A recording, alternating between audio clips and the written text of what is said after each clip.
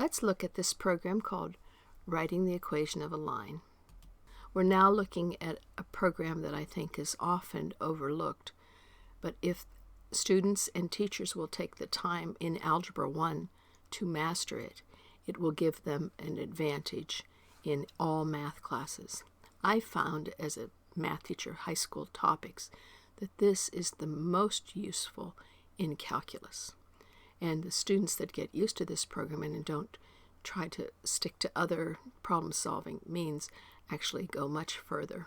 And so let's look at Algebra with Two Unknowns, and it's called Writing the Equation of a Line. It could also be called the point-slope formula, using the point-slope formula. Now, we're used to standard form, y equals mx plus b, and then there is this one that is the point-slope formula. I'm going to call up the marker here and see, here's the slope, and here's a point, an x of one of the points, and the partner of it, the y of that same point.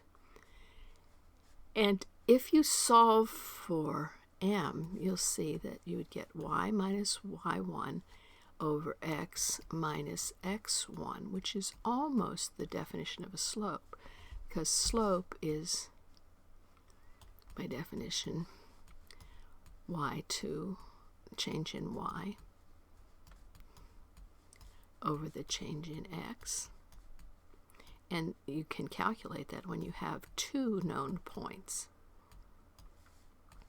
What we're doing here is finding the equation of the line when instead of using 2 points, we use 1 point and then the generic xy of the equation.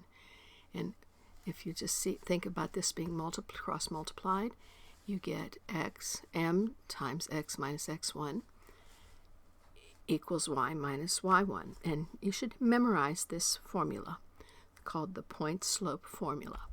Y minus one of the y's is equal to the slope times x minus one of the x's.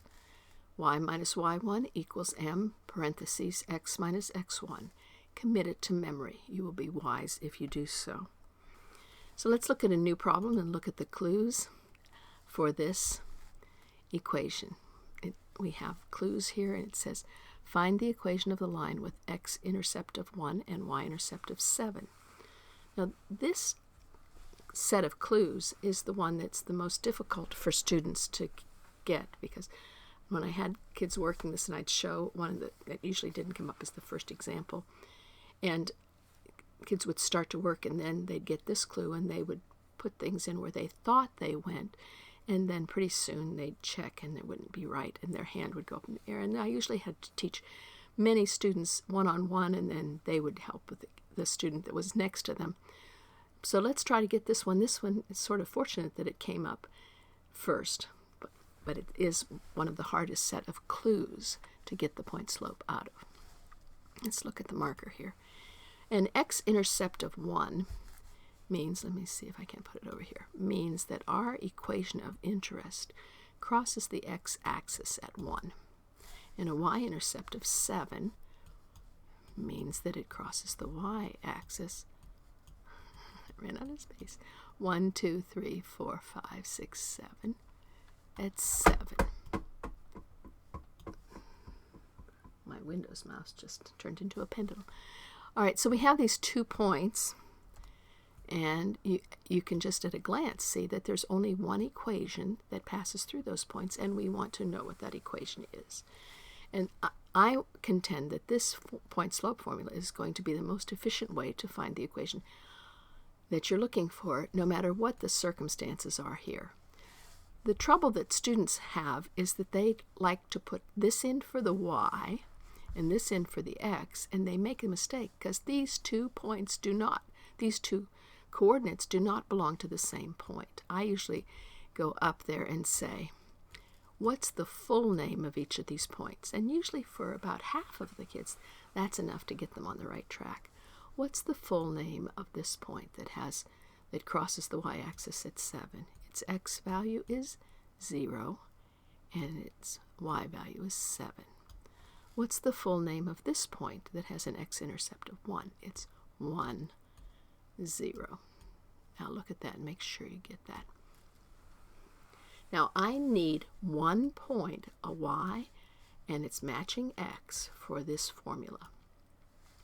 So pick either one, it doesn't matter.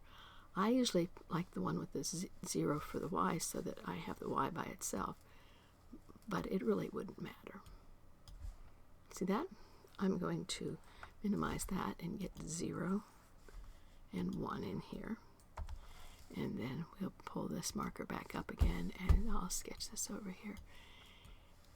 It crosses the x-axis at 1 and the y-axis at 7. So now I have a point in where the x1, y1 goes, and now I just need the slope. I look at this and I see it's slanting down, and it's right. It's sinking 7 for a run of 1, so it looks like the slope is -7. So I might as well minimize that. -7 over 1, and check. We win. And it's going to show the 2 points that were in the problem, and it says this can be simplified. Well, see, I chose this 0 because I knew maybe simplification was coming. So -7 times x, I just have to distribute this -7. -7 times -1, which would be +7. And I can look at that and say it crosses the y-axis at 7. Yep, we win. Okay, did you follow that? I hope. Let's hit another problem. Another intercept one. Now this should be easy. Let me get the marker up here. We have, that's the probability that we'd get 2 of the same type is kind of remote, but maybe that's what somebody out there needs this. An x-intercept of -3 and a y-intercept of 4. So I'm going to stop for a second and see if you can remember what we have to do first.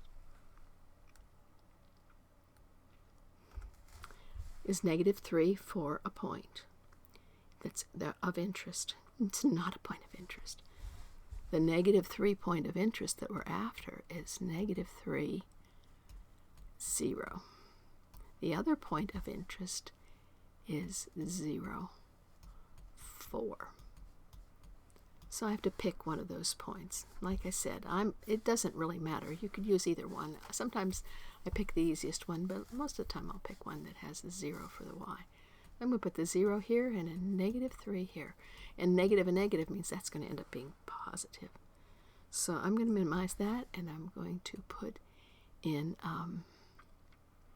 0 here and -3 here. And I'll bring the marker up again, and we'll sketch that out again. I didn't mean 0, did I? Yes, I did. All right. Yes, Leslie, why don't you get to be smart. 0, -3 is the -3, 0 is the full name of this point. And 4, 1, 2, 3, 4. I like to say dyslexia can be learned. I'm getting good at it. Y-intercept of 4. Okay, now I look at this and I need the slope. I see it's positive. How much is it rising? It's rising 1, 2, 3, 4, and it's running 3, 4 thirds. So let's put that in, 4 thirds. And we did checking, and it says we're correct. And now you can see this. Now it's not asking me to write the equation because I would have had to deal with this fraction. But in the real world, you'd probably distribute. This would be 4 thirds x plus 4. But I didn't have you put that in. All right, let's do another problem. Find the equation of the line that passes through the point 1, 9 with a slope of 1/2. Well, right here, they're giving me exactly what I need. What is this point? This 1 is an x. So I put it in. Look, the 1 and 9 belong together. That's a single point. So I'll put the 1 in for the x and the 9 in for the y. And it tells me the slope right off, so I just put in 1/2, and I have got the equation. equation of the line. Boom, boom, there it is. New problem. Find the equation of the line that passes through the point. This 8, negative 7. Well, this would be 8, negative 7. That's a single point and has a slope of 2. Check. We win. New. And then, and it's saying, convert this because it's going to be simple. I see this only appears when things are kind of easy. So it's going to be, this will be the same as y plus 7. And let me bring up the marker so I can point this. These two minuses together would make a plus. So that's the same as y plus 7 equals, and now we have to distribute this slope here and here. That would be 2x minus 16. Now we're going to subtract 7 from both sides. Looks like it's 2x minus 23, which makes sense because it's going to be way down here. So it looks like it's 2x minus 23. Minimize this. 2x minus 23. And we check, and we win. New problem. Now this time, they're giving us 2 points. So you have to have an election and pick one of the points. I always go for the one with the smaller numbers. So this will be my x1, this will be my y1. X1 is going to be negative 4, and the y negative 4. And the y1 would be negative 2. And now to get the slope, I actually have to think. I'll have to think about both of these points. Now, we could bring up the marker and sketch that, or we could use the slope formula. Maybe we could have used that in our heads. y2 minus y1, the change in y, over the change in x. Now, the most important thing when using this formula to find slope given 2 points is to never change directions. So one of these points has to be number 1, and one of these points has to be number 2.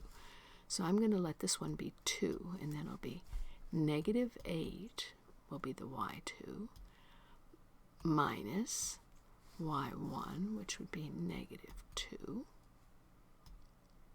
And then over x, and since I started this, the x has to be negative 10 minus negative 4. So minus minus is the same as plus, so this looks like it's negative 6.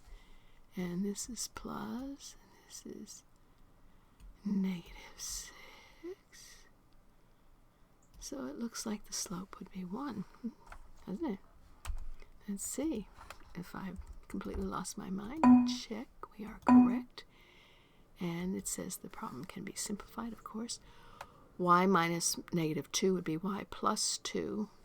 I'll bring up the marker. It's a lot easier for you to see. This is the same as a plus. This is the same as a plus. In order to get things to the same side, everything here has to get multiplied by 1, which is no problem. That's x plus 4.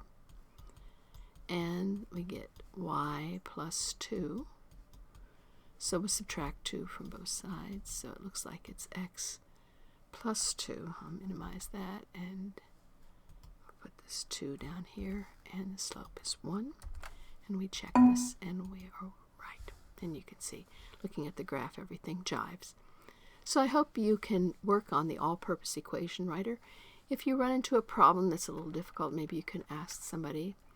I don't think I've worked absolutely every one, and if you are more advanced and you've studied perpendicular lines, if you push this, you would get equations that are perpendicular to a given line. And just remember that if there's a line perpendicular to a given line, the slope is not the same as the given line. It's the opposite reciprocal. Hope you got that. Have fun. This is a very important program for those who want to really succeed. And we'll hear about you as being an engineer or something even more exciting if you get good at the all-purpose equation writer and can use the point-slope formula to your advantage. Have fun. Bye.